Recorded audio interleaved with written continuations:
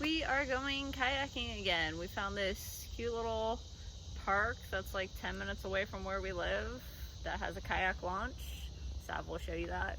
It also has a trail, so I guess we'll show you around this area. There's the canoe and kayak launch.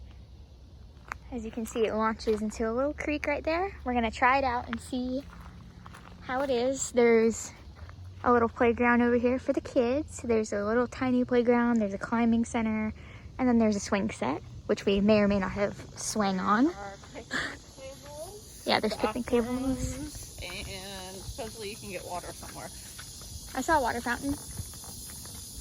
So it has those amenities. The water looks very scary. Yes, I would not like to be swimming in this. Yeah. So that is where we are.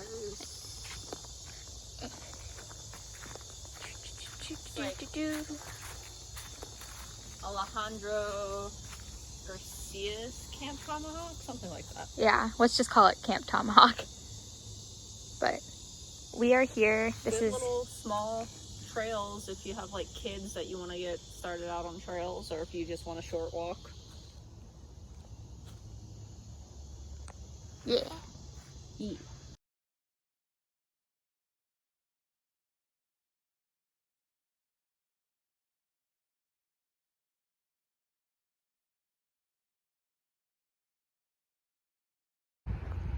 So we're out here on the creek, and there's a sign over here. I don't know if you guys can see it, but it says slow speed minimum wake. So this is a no/minimum wake zone.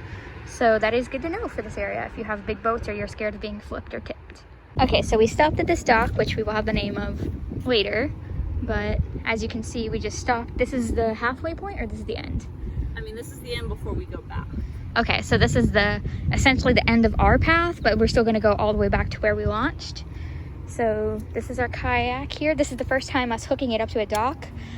We don't have any dock rope yet or anything, so we used our paddle leashes, which actually worked really well. Like, look at it. Like, we didn't have any trouble getting in or out on the dock. Got all of our stuff ready, so. It's our first time using a boat dock. Yeah, it's the first time using a boat dock. We didn't have any issues getting in or out. So we're gonna go and we're gonna have lunch at the little picnic station down here. So yeah, we're out here at the docking station. As I said before, this is a minimal to no wake zone, all of Goodby's Creek. I believe that might change past that bridge over there because I see a ton of boats, so I don't know. I know there's a marina over there, so I don't know if it changes. That goes out to the St. John's. Yeah, that goes out to the St. John's. So obviously, Close to the St. John's at this point. yeah, so obviously the St. John's is probably a wake zone. But there's signs up over there, I can't read them. But this is a very popular spot. We've seen paddleboarders, kayakers, boaters, jet skis. We actually passed by a stand-up paddleboard yoga class, which is really funny. It's actually right down the river. And so, yeah, this is pretty popular. Everybody that we pass by is like, hi, good morning. We're like, hi. So, and it's been a nice, easy little ride. No strong currents, no strong winds. Nothing crazy. The most that we had was back in the beginning of Goodby's Creek, where we launched at the Tomahawk Park. There was a lot of like foliage, and the water was really shallow, and there was like sticks and stuff. So other than that, we haven't had any issues. Make sure you know where you're going, because there are some splits. So be prepared to know where you're gonna go. And then this is just everything. There's actually a Hooters right here, which is actually really funny because I know a lot of people on the marina, like, they take their kayaks and their boats and their jet skis and they park them because the Hooters has like parking, like a boat parking, and you can park at the Hooters on the water and go eat at Hooters and then get back in your boat and continue, which is funny. It's like boobs and boats. Whatever feeds you. Boobs and boats, boobs and boats. Okay, so yeah, this is everything. And we think that our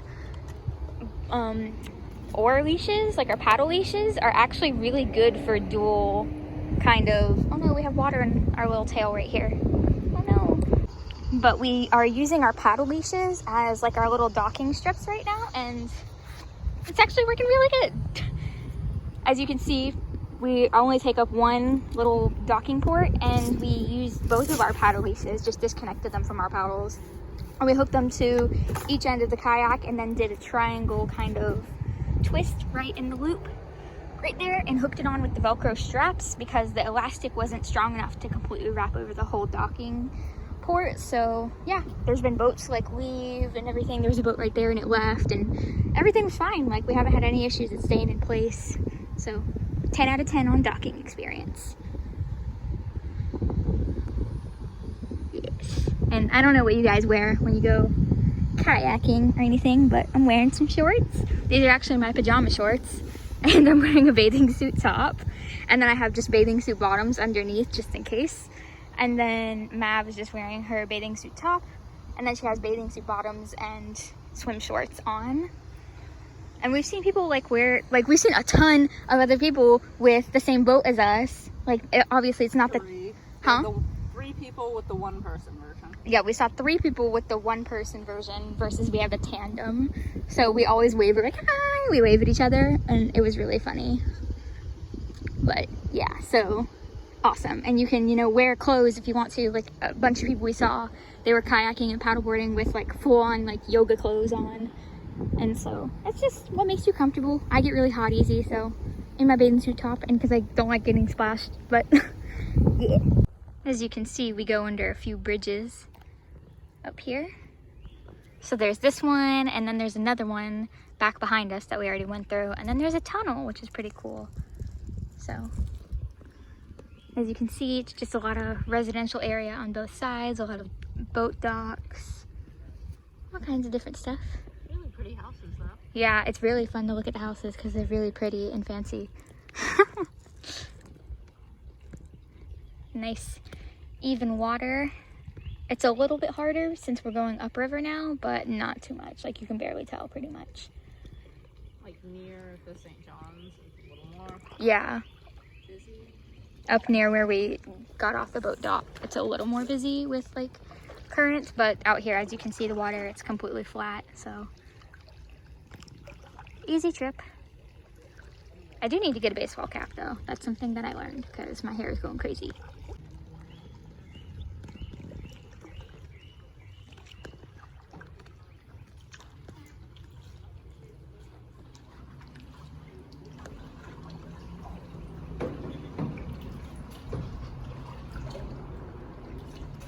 Here's an example of what we meant by make sure you know where you're going, because there are some little tiny like shortcuts and turns and you want to make sure you know where you're going. Obviously we are going back to Tomahawk Park where we launched.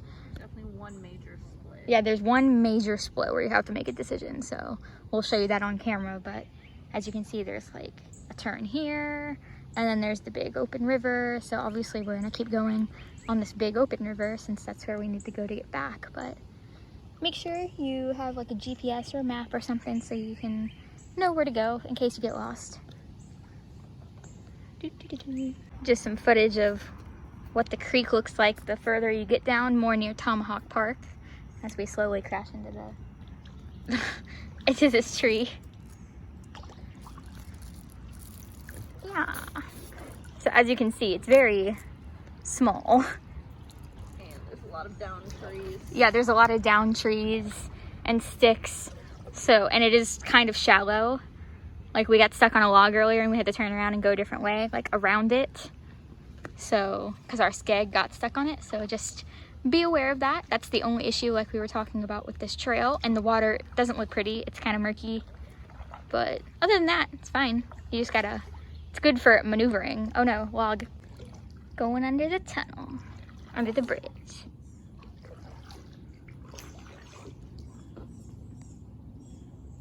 Pretty cool. Also, remember to bring bug screen out here. Bug screen, I mean bug spray. And we're back home now, and I wanted to go over Goodby's Creek with you guys and just discuss what we thought of it and all that good stuff. So here we go. So we did it was 3 miles from where we launched at the Tomahawk Park, going all the way to the docking bridge, which I never got the name of. The docking bridge that was over by the Mandarin Marina, and then back. So that was a 3-mile round trip. It was a good trip. This was the recommended course for beginners in Jacksonville. So if you are a beginner kayaker, this is what they recommend. We left Tomahawk Park during high tide, so the water was like really high. And when we got back to, by the time we, you know, got all the way to the docking bridge and we had like lunch because we stopped and we ate some trail mix, and then we rode back, it was low tide. And so when we were going back and it was low tide, we got stuck a few times in our kayak. The skeg got caught on logs on the bottom of the boat, so we had to kind of like back up and move around the logs, and the water in the creek area back further near Tomahawk Park is where we had the issues.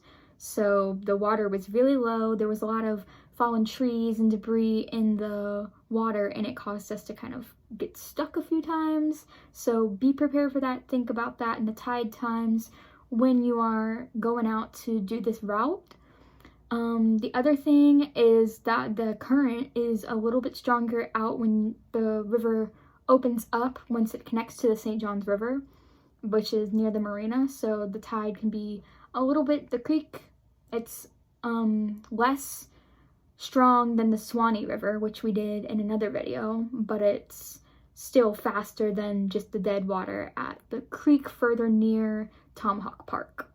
So we do recommend you go and check this out. There is a lot to see when you get further down. When you first start out the launch at Tomahawk Park, the water is going to be really dark and murky, the path is going to be really small, there's going to be debris, and you're going to be like, wow, this sucks.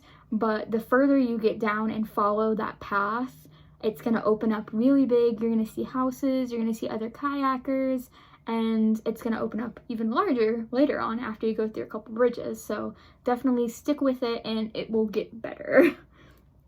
So if you're not wanting to do the part where, you know, you have to go through the creek and the debris and everything, we do recommend docking near the marina, near the Mandarin Marina, and going off the boat drop at that bridge that we stopped at, you know, the drop off where everybody else was, the one we stopped at for lunch.